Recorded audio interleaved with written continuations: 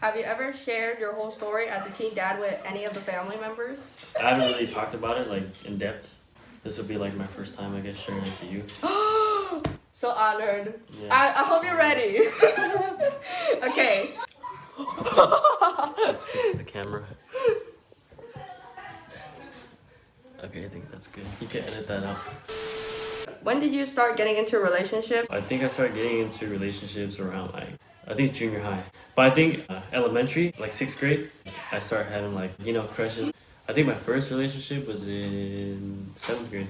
But it was just like, How long was it? I don't know. It was like one of those little junior high things. It was like a couple months or something like that. Did you balance that out with your academic? I was always good in school. Like grades, always good. They weren't the best. I think in junior high, it was always around like above a 3.0. In high school, it was pretty good too. I had like 4.0s. How has having a kid at a young age changed your life? In the beginning, I was kind of like freaked out a little bit because I was like, at the time that I found out, I think I was like late 15, and then by the time he was born, I was 16. Oh. So you can only imagine when you're a sophomore in high school, going on to your junior year, and then you find that out, it's kind of like, a little bit overwhelming. Like I didn't really know how to react or didn't really know what I was gonna do because I didn't plan on. Like, having a kid at a young age, it definitely made me grow up a little bit quicker. How was your parenting similar or different from your parents' parenting? My parents are more like traditional. I think if anything, I'm more strict on my kid. Really? My parents were on me, yeah. I'm impressed. Because I think, like, when I see you, I think, like, you're a super fun parent. I'm fun, but I have boundaries, too, when it comes to respecting your elders and talking back and stuff like that. What is something you want Xavier to learn from you and your life experiences? The biggest thing, to keep it short and simple, is hard work beats talent. But whatever he wants to do, I'll be supportive of him. At the end of the day, it's just like, I don't want him to be lazy. I don't want him to just sit around and not do anything with his life. Not saying that, like, since I was a teen dad and I had to grow up a little bit quicker, I matured a lot faster. Like, hard work would be like the biggest thing, because I got that from my dad. His hard work got passed down to me, and I want the same for my kid too. So I think laziness is like a pet peeve of mine. Like, I don't like that at all. What kind of relationship do you want to maintain with Xavier as he grows up? So with my parents, I get along with them. They're really, really great parents to me. The only thing is, I don't know, I feel like since we have like such a big age gap and like our generation is so different from theirs, I think as far as relating to my parents is a little bit harder. Like the stuff that I've like experienced and that the stuff that they experience is a lot different. So sometimes like when I have like talked to someone about things, usually I go to close friends that are like a little bit older than me instead of my parents. I don't know, I just kind of grew up with that relationship with them. Like I do talk to them here and there like about things, but mainly I feel like we're not super close. The biggest thing for me is for our relationship to be really close. If he has like a super secret that he doesn't really want to tell nobody, I feel like he should be able to, he should feel comfortable to come up to me and talk to me about it. What is your perspective on teen pregnancy? In the beginning, I was almost like, if I could take it back, I would have not decided to have a kid.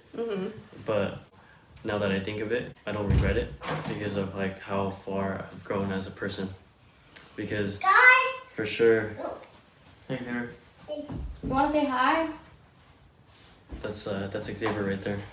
Come here, Xavier. No, I don't want to. Okay. I feel like if I didn't have a kid, maybe I would be more irresponsible and then not really caring about my future too much. Being like a teen dad, it made me like make decisions quicker. I don't regret it now. It's a blessing that I have him, I love him a lot, so I don't regret it at all. It's like it made me a better person.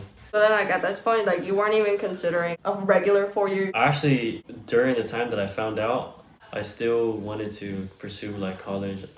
My grades were still good. So as far as like when he was born, I still had school and I had to drop him off to daycare and stuff. But since I was doing really good in my classes, my first period for junior and senior year was English, and I had the same teachers junior and senior year. So they really liked me, and then they understood my situation. I'll drop my son off in a daycare in the morning, and then sometimes like I'll just miss first period. So I would go in there like later on in the day, and then I'll just talk to them and ask them like what went on, what homework do we have, And then, you know, I was pretty smart, so I could figure out like a majority of the things without asking a teacher. They would just assign me homework, and then I'll get it done, and so my grades stayed well. And then I did, during certain days where I had to come in, I would try to make like an earlier trip to daycare, and then make it to class if it was like for a test or something, or like a final. Do you share financial responsibilities in your co-parenting relationship? Yeah. So right now I do pay child support, and then that's just for my son's mom to spend money on him when he's over there with her. We are separate. We do co-parenting. In the beginning it was a little bit rough, like I'm not gonna lie, maybe for like a few years. We always were bumping heads and stuff like that, but now it's pretty good. Yeah, we both matured a little bit. Bumping heads is not the way to go. Yeah. You know, and especially for Xavier too, like it's better for him to see that the people that he spends times with and he loves, you know, get along with each other as well. Yeah. So it's not really like, you can't be selfish. It's for your kid, you know. Yeah. And he's too young to know any of the drama that's going on yet. He's just in his little world, so it's better to just keep him there. Yeah. And then let him grow up without like any trauma. After revealing to your parents and siblings that you had Xavier, did anything in your relationship change? I did keep it like a secret for a while because I didn't know how my parents were going to react. All of us, none of us have kids besides me. My mom's reaction, I was scared to tell him at first, so I kept it a secret for a while. And then when I did tell him, they actually, surprisingly, they reacted pretty well. Like, they were more understanding than like trying to get me in trouble. Their take on it was like, if they get me in trouble, nothing's gonna happen. Like, there's no way to reverse time, you know what I mean? Yeah. So it already happened. Yeah. They were just like, okay, just, you know, you gotta handle business from here. You know, you can't like just be messing around anymore. Yeah. Like, it already happened. Just be responsible for your actions. Yeah. And you just gotta do what you gotta do now. But they reacted pretty good, better than I thought. You know, I was thinking the worst. You know, I was like, oh, I'm gonna get kicked out. I don't know what I'm gonna do. You know, they're not gonna support me. But it was completely opposite. They ended up, you know, they love him a lot. They take care of him like very well. So I have a lot of support from them. You know, if I have to go to work or anything, they're always like, you know, a helping hand. They lend a helping hand to watch him, take care of him, feed him, take him to the store, buy him stuff. You know, he's spoiled. But, yeah, and then my girlfriend now, she actually met my son when he was 6 months old. She's been around him for a while, and Xavier grew onto her. So, you know, he calls her mom. She takes him kind of like as her own child in a way. So like she would take care of him, take him to daycare and stuff like that. So I have a lot of support from her too, because it would be a lot harder if I was just like by myself. Yeah, I get a lot of support, and I think that's what helped me get through like everything, and then also with my like career too. She helped me a lot because without her I wouldn't have been able to focus so much on learning, like, you know, this trade that I'm in now. There was ups and downs. I think the hardest part wasn't like financial issues. I think it was more like in the beginning, like co-parenting, like bumping heads and stuff. I think that was the most difficult part. But then now me and my son's mom got through it. It's like pretty good now. So no more drama. We just, you know, we respect each other. And yeah, like if I talk to her, it's, you know, it's usually about him. But I don't hold no grudges or anything. Do you believe in your child having fluency in more than one language? So Cantonese, man, I'm excited to hear this. Cantonese is a very, very hard language. It's a dying language. The only time I get to speak it is with my parents. Yeah. I was always like kind of away from home, like I am today.